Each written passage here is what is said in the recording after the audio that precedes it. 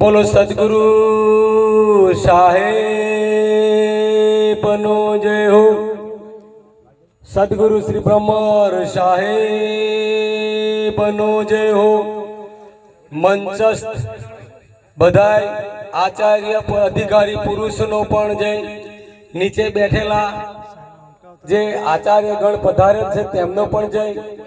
અને અમને બહુ શાંતિપૂર્વક સાંભળનારા બહુ અતિશય પ્રેમી હંસો તમને પણ મારા નમન।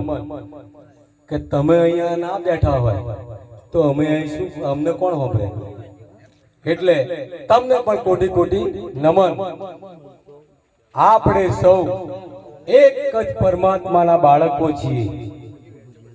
આપણા બધાનો બાપ એક જ છે। કલ્યાણદાસ બાપે કહ્યું ને कि साहेब सबका बाप है, बेटा किसी का नहीं।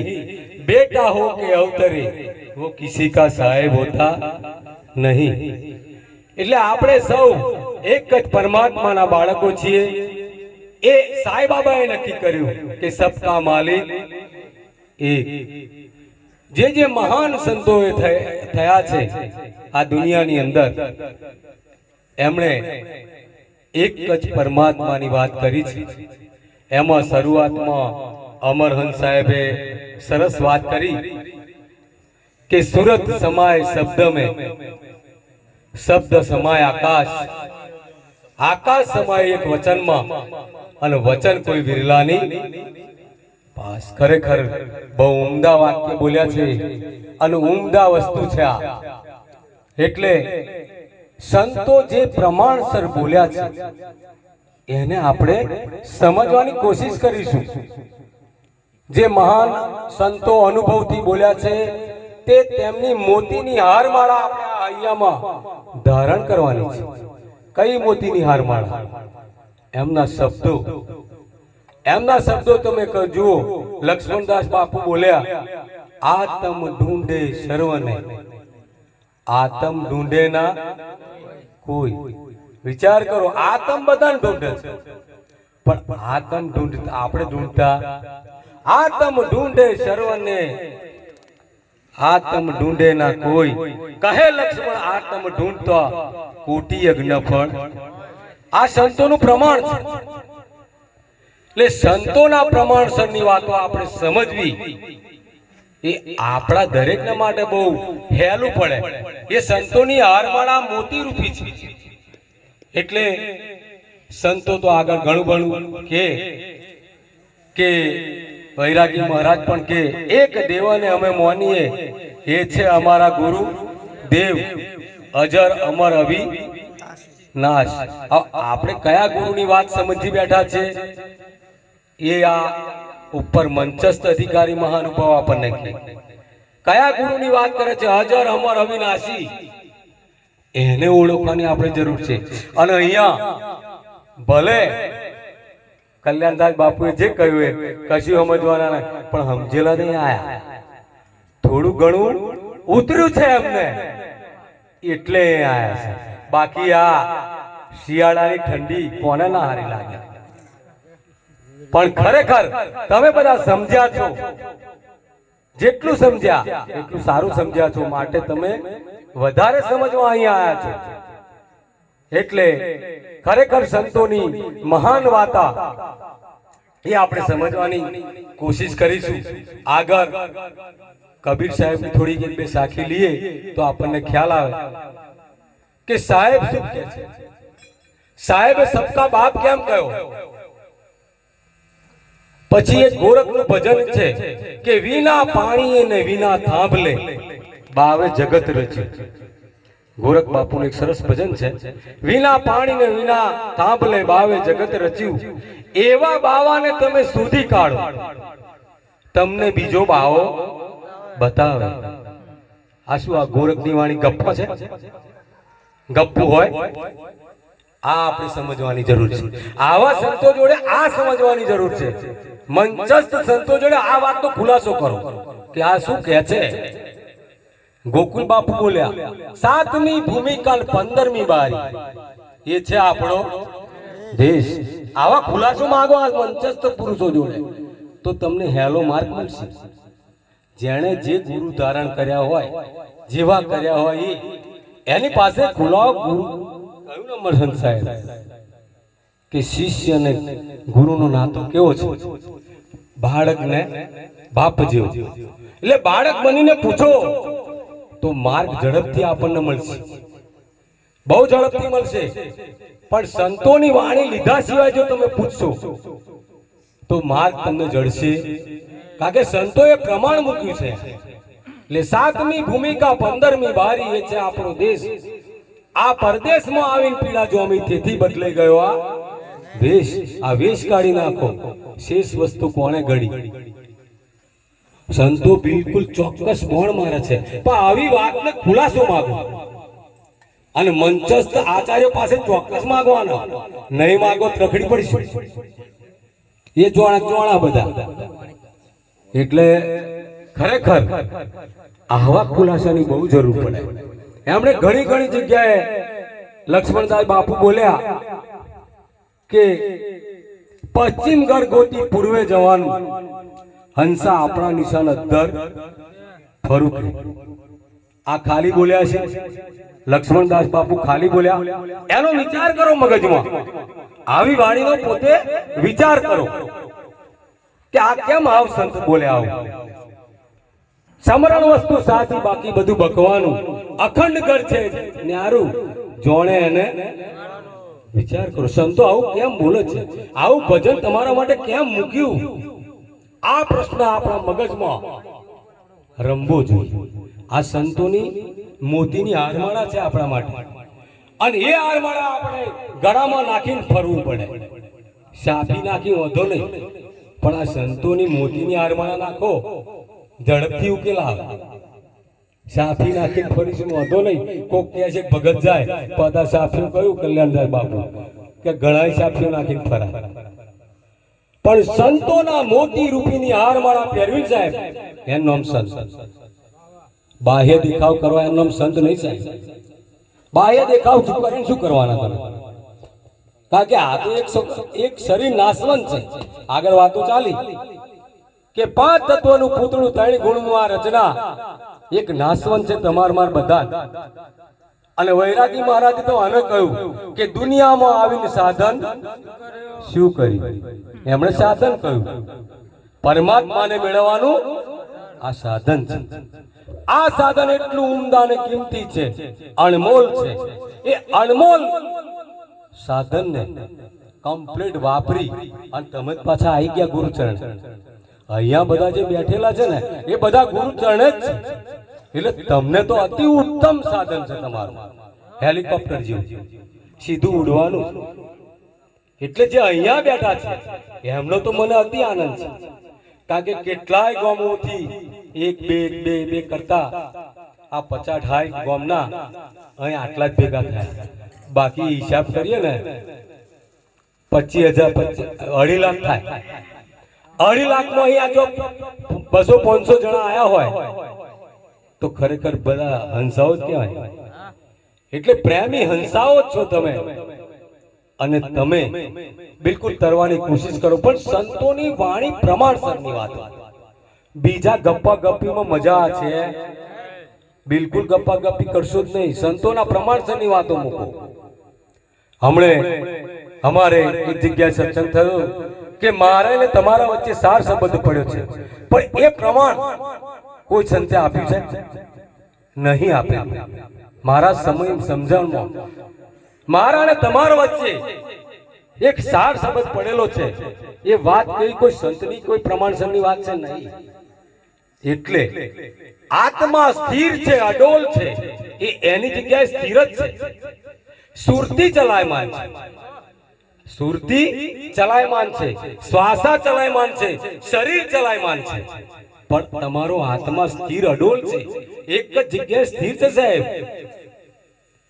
આ વાત ઘણા સંતોએ કરેલી છે. કબીર સાહેબની સાખીઓમાં ઘણું બધું આવે. તો આપણે આ વાતો મહાન સંતોએ જે વાત કરી છે એમને આપણે ચોક્કસ સમજવી પડે. મારા જેવા થયા હોય એની સમજે ના સમજજો અને મારી ના સમજજો, પણ જે આગલા પુરુષો થયા છે એમની વાતો તમે ચોક્કસ સમજો અને સમજશો તો તમને હેલો શોર્ટકટ માર્ગ મળી જશે. એવું વૈરાગી મહારાજની વાણી ઘણી બધી કહે કે આત્મા ઉતરી આવ્યો આ જગતમાં, આત્મા ઉતરી આવ્યો. અમરલોક થી આ મૃત્યુલોકમાં આત્મા ઉતરી. હા, અમરલોકની વસ્તુ જો આવી સમજવાની કોશિશ કરવી પડે. કંકુ ના કરવા આવ્યો ને માયાની મેસે લબદાયો, વાત પાકી જ. પણ આ બધી વાતો સમજવી પડે. એમ ગોરખે કહ્યું ને આગળ કે વિના પાણી વિના થાબલે જબાવે જગત રચાયું, એવા બાવાને તમે શોધી કાઢો બીજો તમને બાવો બતાવે. ચાર ખોણની બાવે ઓળી ગોદડી. એમના બીજી કડીમાં આવે છે કે ચાર ખોણની ઓળી બાવે ગોદડી. વિચાર તો કરો, સ્વેદજ ઇન્દજ ને જરાયું, ચાર ખોણની આ ગોદડી બાવે ઓળેલી છે. એના ગોકુલ બાપુએ કહ્યું કે વાલો વિશ્વનો પોષણ હું શું જમાનું, પણ જમી હરી અવતાર. કારણ કે આપણે બિલકુલ લગ 84 ના અવતારોમાં તમે શ્રેષ્ઠ છો, બિલકુલ પરમાત્માના નજીક. એટલે આપણે બહુ સમજવાની કોશિશ કરીશું, કારણ કે સંતો શું બોલે છે એને જ સમજવાનું. અને સત્સંગ ખરેખર એવો જ ચાલવો જોઈએ. મારે સદગુરુ સંગે રમવું રે પ્રેમી હો. તો કયા સદગુરુની વાત કરે છે એ સમજવાની કોશિશ કરીએ આપણે. કયા સદગુરુ? મારે ગોવિંદ જ્ઞાન ગળવું રે પ્રેમી હો. ગોવિંદ એટલે પરમાત્મા. ગોવિંદનું જ્ઞાન મારે ઉતારવું છે હૃદયમાં. જો સંતો ચોક્કસ વાત બોલે છે. પછી જેમ સતીનો પ્રેમ પતિમાં, એવો પ્રેમીનો પ્રેમ પ્રભુમાં. જો સંતો ચોક્કસ બોલે છે. જેમ સતીનો પ્રેમ પતિમાં, એવો પ્રેમીનો. આપણી વાત આવી, પ્રેમી એટલે આપણે. આપણો પ્રેમ શેમાં? પ્રભુમાં. અને ગુરુ જ્ઞાને સદ, ગુરુનું જ્ઞાન ધારણ કરો. ગુરુ જ્ઞાન સદ ગતિમાં. એટલે ગુરુના જ્ઞાન થકી આપણને પરમાત્મા ચોક્કસ મળવાનો. પણ આવા સંતોની જે ભેદી વાણી છે, એ ભેદી વાણીનો ઉકેલ તમારે જો આવવો જોઈએ. નહીં આવે તો તમે રખડી પડવાના. ચોક્કસ વાત કહી દઈશ. ભેદ તમે નહીં જાણો તો તમે રખડવાના.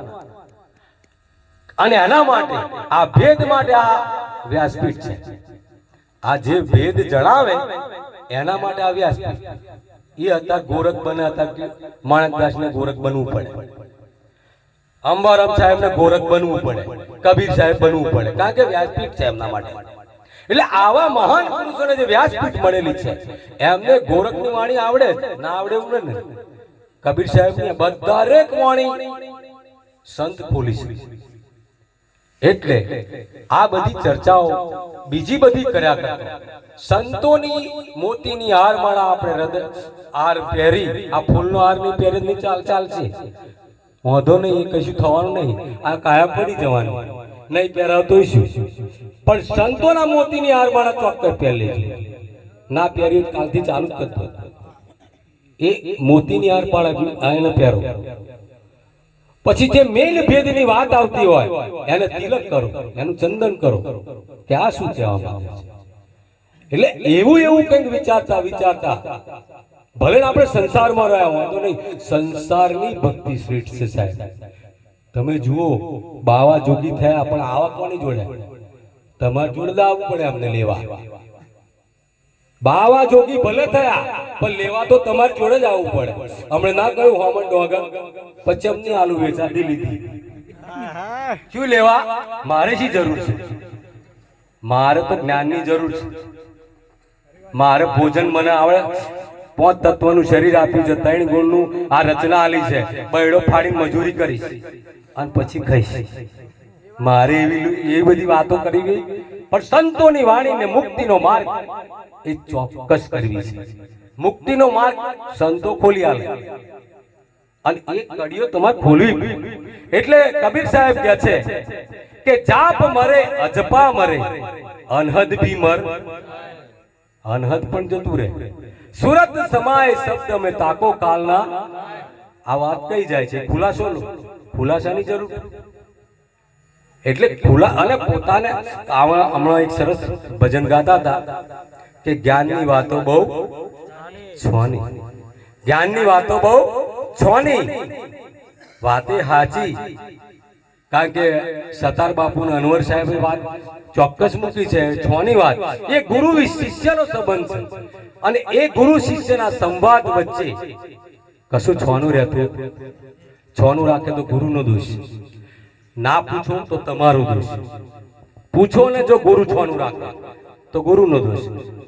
તમે જા કરો, તમે ના પૂછો તો ગુરુ છૂટી જાય, તમે જતા રહો. એટલે ગુરુ ધારણ કર્યા તો પૂછવાની ચોક્કસ જરૂર છે. અને પ્યાસી હોય તો ને, તરસ લાગે તો ને, તમને તરસ ના લાગે પૂછવાના. પ્યાસી બનો, ખોજી બનો. ખોજી બનવાની જરૂર છે, કારણ કે મનુષ્ય અવતાર છે. અહીંથી છટક્યા એટલે તમારો બપ્પો છે. અત્યારે તમારો મોકો હજુ હાલ આયા, જાગી જાઓ, જાગવાની જરૂર છે. એટલે સંતો આપણને બહુ સ્પષ્ટ વાતો સમજાવે છે. એટલે એમણે તો એક બે કડી એવી સરસ કહી છે, સુરત ફસી સંસાર में ताको पड़ गई दूर, સુરત મિલાય શબ્દ આઠે પોર. પછી ગોરખનું એક સરસ ભજન છે કે નટડીએ ખેલ રચાવ્યો સૌ લોકો જોવા. ભમર સાહેબે સરસ પ્રસંગો કરે, આપણે બધા આયા, આખી એક સરસ આયોજન કર્યું.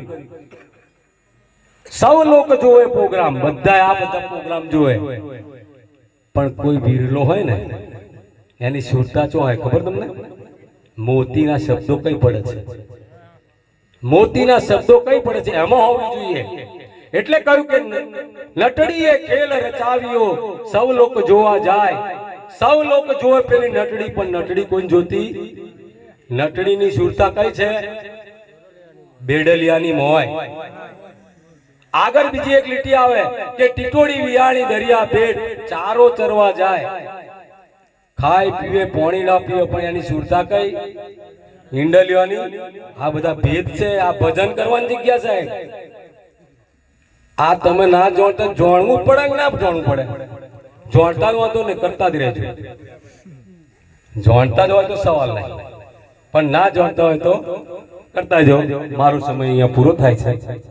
એટલે જે કંઈક શ્રેષ્ઠ કહેવાયું છે એ મારા સદગુરુ અને પરમાત્માનું ધામનું છે.